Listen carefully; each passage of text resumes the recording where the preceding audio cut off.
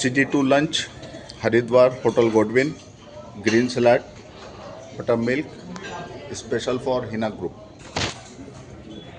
कढ़ाई पनीर,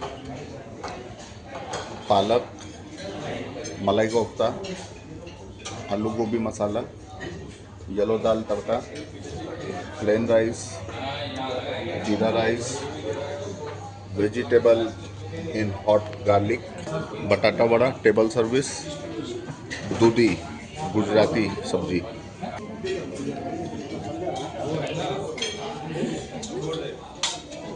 यहाँ पे आइए। दिखाना खीर।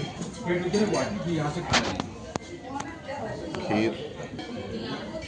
सर त्रिपाठी जी कैसा है खाना?